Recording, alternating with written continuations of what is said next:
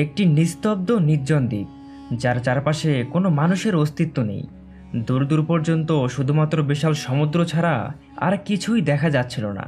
এমন অবস্থায় কোনো কারণবশত এই দ্বীপের মাঝে আটকা পড়ে যায় দুইজন মেয়ে, যাদের সাথে না ছিল কোনো খাবার, না ছিল থাকার মতো কোনো জায়গা, এমনকি এখান থেকে বের হয়ে যাওয়ার মতো তাদের সামনে কোনো রাস্তাও নেই। তাহলে কি শেষ পর্যন্ত তারা এই দ্বীপের মাঝে সার্ভাইভ করতে পারবে? আমাদের আজকের গল্প ঠিক এমন একটি সার্ভাইভাল কাহিনী নিয়ে, যার নাম হলো কাস্ট অ্যাওয়ে। গল্প শুরু হয় আর আমরা লায়লা নামের একজন মহিলাকে দেখতে পারি। তাকে দেখে মনে হচ্ছিল হয়তো কোনো বড় বিপদ তাদের সাথে হয়েছে। লায়লা তাদের শহরেই থাকা একজন ব্যক্তির কাছে আসে। এই লোকটি মানুষকে এক জায়গা থেকে অন্য জায়গায় নিয়ে যাওয়ার কাজ করে, বলতে পারেন পাবলিক এজেন্টগুলোর মতো। বাংলা ভাষায় যাকে দালাল বলা হয়।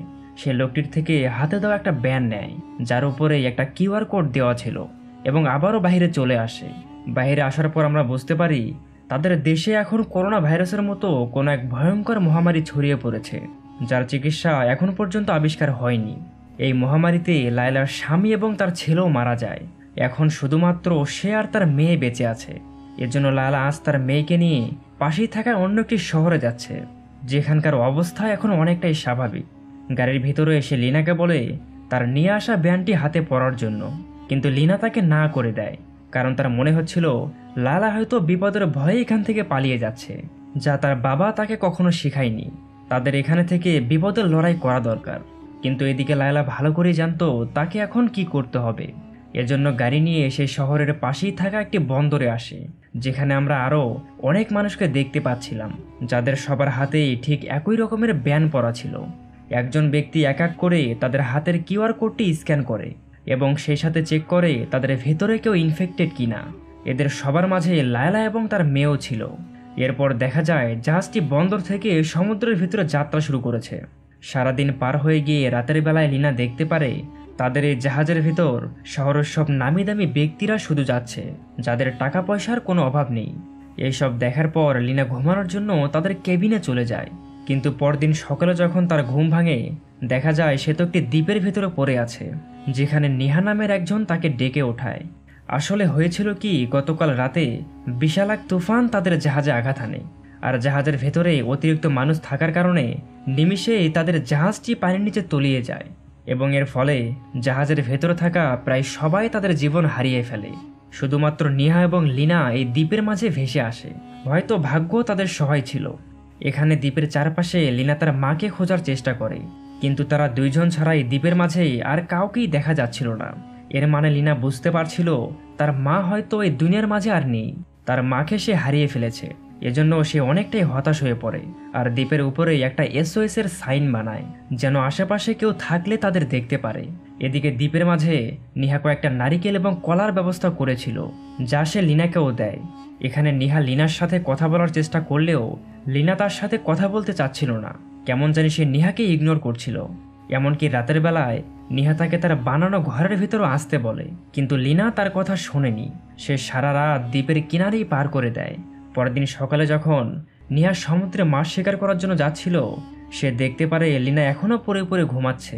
এজন্য নিহা তাকে ডাক না দিয়েই সমুদ্রের কিনারে আসে, কিন্তু অনেক চেষ্টা করার পরেও সে এখান থেকে কোনো মাছই শিকার করতে পারেনি, কারণ নেহা তো এর আগে কখনো মাছ ধরেনি, এবং কিভাবে ধরতে হয় এটাও সে জানতো না।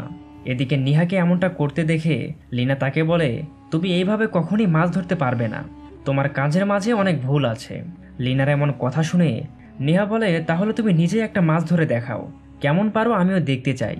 এখানে প্রথমবারের মতো লিনা তাকে সাহায্য করার জন্য আসে, এবং নিমিষে সে একটা মাছও ধরতে পেরেছিল। তার এমন কাজ দেখে নিয়া অবাক হয়ে যায়, সে এত তাড়াতাড়ি এমনটা কিভাবে করতে পারলো। তবে যাই হোক, শেষ পর্যন্ত তারা একে অপরের সাথে কথা বলা শুরু করেছিল, যা তাদের এখানে সার্ভাইভ করার জন্য একটা ভালো দিক, কারণ একে অপরকে সাহায্য করলে তারা নিমিষে এই সব কিছুই করতে পারবে। ঠিক এমন সময় সমুদ্রের মাঝে তারা একটি বাক্স দেখতে পারে, যা হয়তো তাদের জাহাজ থেকেই ভেসে এসেছে। দুইজন মিলে অনেক কষ্ট করে বাক্সটি দ্বীপের কিনারে নিয়ে আসে, এবং খোলার পরে দেখা যায় এর ভেতরে কিছু কাপড় ছিল, যা হয়তো আগামীতে তাদের কাজে লাগবে। এরপর আবারও তারা দুইজন খাওয়ার জন্য কিছু একটার ব্যবস্থা করে। সমুদ্র থেকে নিয়ে আসা মাছগুলোকে তারা এখানে রান্না করার চিন্তা করছিল। এজন্য নেহা এখানে আগুন জ্বালানোর চেষ্টা করে, কিন্তু এই কাজটাও তার দ্বারা হয় না। আগের মতোই লিনার সাহায্য তাকে নিতেই হয়। এরপর রাতের বেলায় দুইজন একসাথে বসে খাবার খাচ্ছিল। এখানে লিনা নেহাকে বলে, আমার বড় ভাই এবং বাবা এই মহামারীতে মারা গেছেন, আর আমার মার সাথে আমি অন্য একটি শহরে যাচ্ছিলাম যেন এই মহামারী থেকে আমরা বাঁচতে পারি, কিন্তু হয়তো ভালো থাকার ভাগ্য আমার জীবনে নেই, এজন্য আজ আবারও আমরা এখানে আটকা পড়লাম। এরপর পরদিন সকালে লিনা যখন সমুদ্রের ভিতরে গোসল করছিল, এমন সময় নেহা তার জন্য জঙ্গল থেকে কিছু ফল নিয়ে আসে আর তাকে খাওয়ার জন্য দেয়। তবে লিনা এখানে ফলগুলো এমনভাবে খাচ্ছিল, নেহার মনে হয় সে হয়তো এর আগেও এমন জায়গায় অনেকবার গিয়েছিল, তবে সে তাকে কথা বলেনি। যাই হোক, এরপর লিনা তাকে বলে, কাল সন্ধ্যাবেলায় আমি জঙ্গলের ভিতরে একটা ঝর্ণা দেখেছিলাম যেখান থেকে আমরা খাবার পানি সংগ্রহ করতে পারবো, এজন্য চলো আমরা সেখানে যাই। কিন্তু নেহা সেখানে যেতে চায় না, কারণ জঙ্গলের এত গভীরে ভয়ঙ্কর পশুরা বাস করে আর তাদের উপর হামলাও করতে পারে। তবে লিনার অনেকবার বলার পরে সে রাজি হয়ে যায় এবং দুইজন জঙ্গলের ভেতরে চলে আসে। এখান থেকে আবারও যখন তারা দ্বীপের কিনারে ফিরে যাচ্ছিল, ঠিক এমন সময় হঠাৎ করেই লিনা মাটির এক গর্তের ভিতরে পড়ে যায়। এর ফলে সে তার পায়ে অনেকটাই আঘাত পেয়েছিল। নেহা তাকে ধরে কোনোভাবে তাদের ঘরের ভিতরে নিয়ে আসে। এখানে সে লিনার ক্ষতস্থানে কিছু একটা লাগিয়ে দিচ্ছিল। এমন অবস্থায় নেহা বলে, আমাদের ভেতর থেকে কেউ যদি কোনো কারণবশত মারা যায় তাহলে অপরজনের কি হবে? সে তো আর এই দ্বীপের মাঝে একা সার্ভাইভ করতে পারবে না। এজন্য আমার মনে হচ্ছে আমাদের একটা নৌকা তৈরি করা দরকার, যা দিয়ে আমরা এখান থেকে বের হয়ে যেতে পারবো। কিন্তু এদিকে আবার লিনা তার কথায় মোটেও রাজি না। সে নেহাকে বলে, আমরা যদি এখান থেকে বের হয়ে আবার সেই শহরে ফিরে যাই তাহলে মহামারীর কবলে পড়ে আমরা ওখানেই মারা যাব। এর চেয়ে দ্বীপের মাঝে আমরা ভালো আছি, এখানে থাকলে আমাদের জীবনের কোনো ভয় থাকবে না। কিন্তু নেহা আবার এখানে থাকতে চাচ্ছে না, সে যে করেই হোক এখান থেকে বের হবে। এজন্য রাগের মাথায় নেহা বাইরে চলে আসে এবং দ্বীপের চারপাশে ঘোরাঘুরি করছিল। এভাবে সারা রাত সে জঙ্গলের ভেতরেই কাটিয়ে দেয়। আর পরদিন সকালে যখন তার ঘুম ভাঙে, নেহা দেখতে পাচ্ছিল সমুদ্রের কিনারে কিছু জিনিসপত্র পড়ে আছে, যা হয়তো জাহাজ থেকেই এখানে ভেসে এসেছিল। এর ভেতরে তারা খাওয়ার মতো কয়েকটা জিনিসও খুঁজে পায়। নেহা সবকিছু নিয়ে আবারও তাদের ঘরের ভিতরে ফিরে আসে। এদিকে নেহাকে দেখতে পেয়ে লিনা অনেকটাই খুশি হয়ে যায় এবং নেহা তাকে বলে, আমি কাল সারা রাত ধরে ভেবে দেখলাম, হয়তো তোমার কথাই ঠিক ছিল, আমাদের এই দ্বীপের ভেতরেই থাকা দরকার।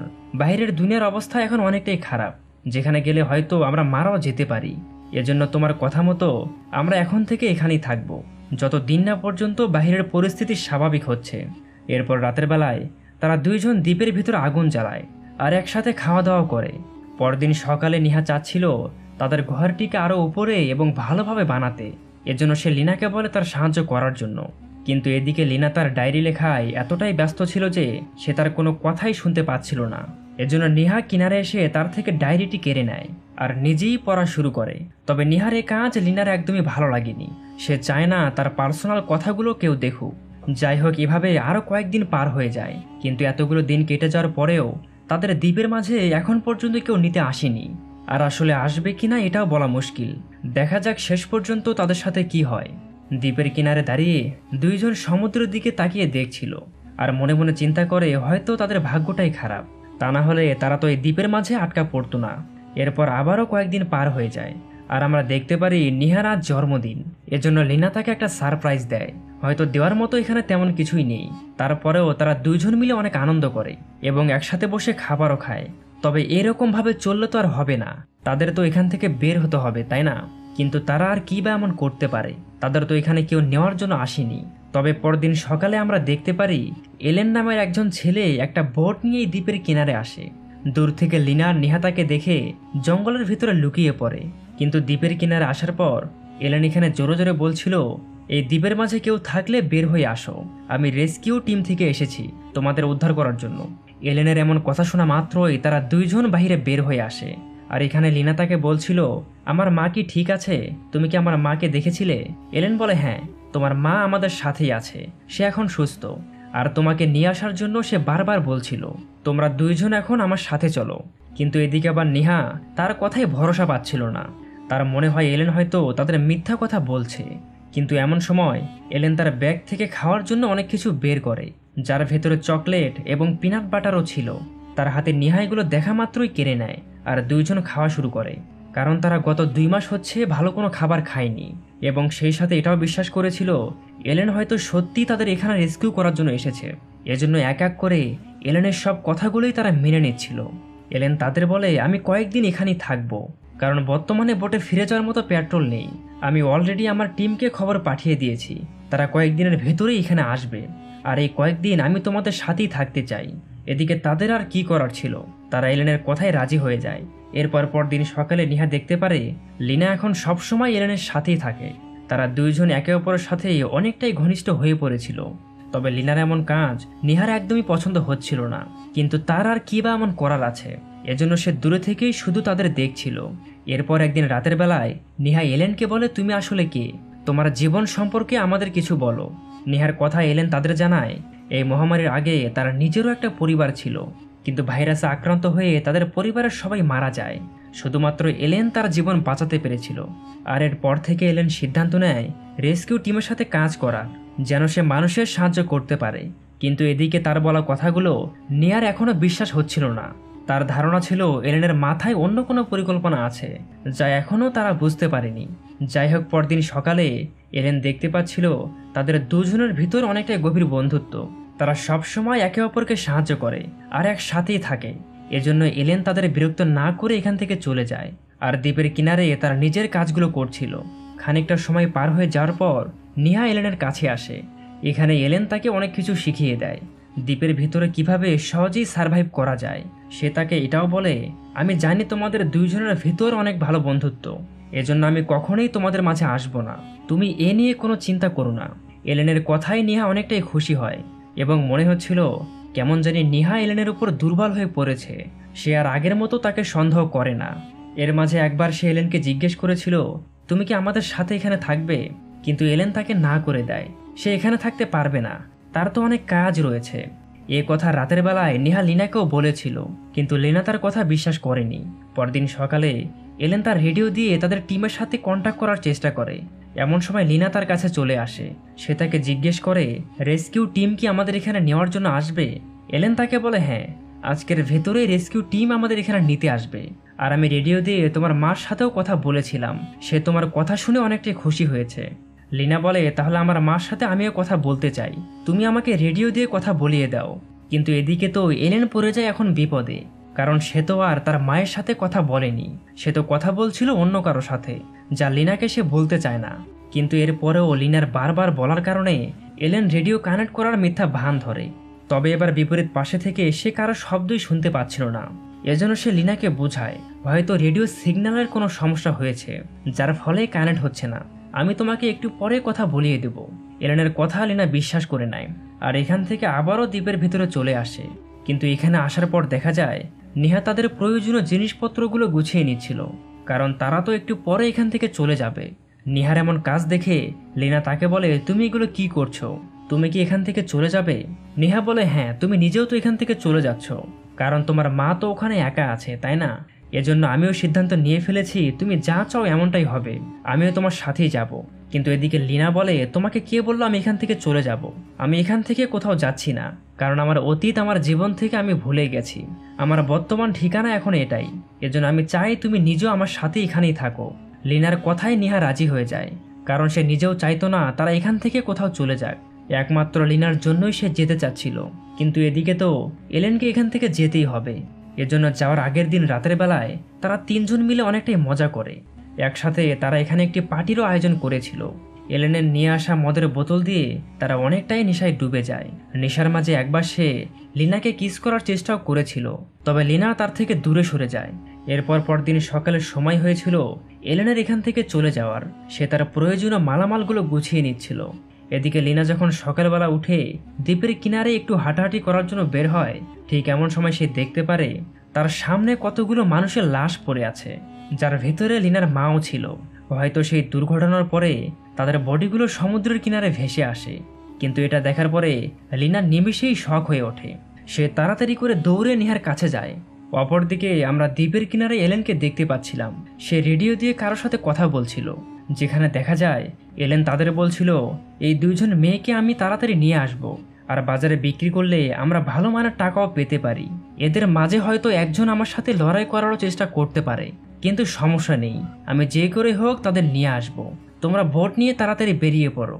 কিন্তু এখানে যখন সে রেডিও রেখে পিছনের দিকে তাকায়, সে দেখতে পারে লিনা একটা লাঠি নিয়ে তার সামনে দাঁড়িয়ে আছে। সে এলেনকে বলে, তুমি তো বলেছিলে আমার মা এখনো বেঁচে আছে, কিন্তু সে তো অনেক আগেই মারা গেছে, তাহলে তুমি আমাকে মিথ্যা কথা বলেছিলে। এদিকে এলেন তাকে বোঝানোর চেষ্টা করলেও লেনা তার হাতে থাকা ধারালো লাঠি দিয়ে এলেনকে আঘাত করে এবং দেখা যায় একটু পরে এলেন তার জীবন হারিয়ে ফেলেছে। তবে তাদের বিপদ এখনো শেষ হয়নি। দূর থেকে একটা নৌকা তাদের দিকে এগিয়ে আসছিল। হয়তো এরা এলেনের সাথীরা হবে, যাদের এলেন রেডিও দিয়ে ডাক দিয়েছিল। এমন অবস্থায় লিনা চিন্তা করে জঙ্গলের ভিতরে লুকিয়ে পড়ার, কিন্তু নেহা বলে এমনটা করে আমাদের কোনো লাভ হবে না। সে নৌকায় থাকা রেডিও দিয়ে আবারও তাদের সাথে যোগাযোগ করার চেষ্টা করে এবং তাদের বলছিল, তোমাদের বন্ধু এলেন অনেকটাই অসুস্থ, তোমরা তাড়াতাড়ি তাকে নিতে আসো। কিন্তু নিহার এমন কথায় দেখা যায় তারা আবারও ফিরে যাচ্ছে, কারণ তারা মনে করছিল এলেন হয়তো ভাইরাসের দ্বারা ইনফেক্টেড হয়ে গেছে। তার কাছে আসলে তারা নিজেরাও মারা পড়তে পারে। আর নিহার এই কাজের জন্য তারা দুইজন আবারও বেঁচে গেল। এরপর লিনার মায়ের বডিকে তারা এখানে দ্বীপের কিনারে দাফন করে দেয় এবং সিদ্ধান্ত নেয় আগামী দিনগুলো তারা দুইজন দ্বীপের মাঝেই কাটিয়ে দিবে। আর এই দৃশ্যের মধ্য দিয়েই মুভির কাহিনীটি শেষ হয়ে যায়। যদি আপনার সাথেও ঠিক এমন কিছু হয়, তাহলে আপনি কোথায় গিয়ে সারভাইভ করবেন? কমেন্ট করে সবাইকে জানিয়ে দিন।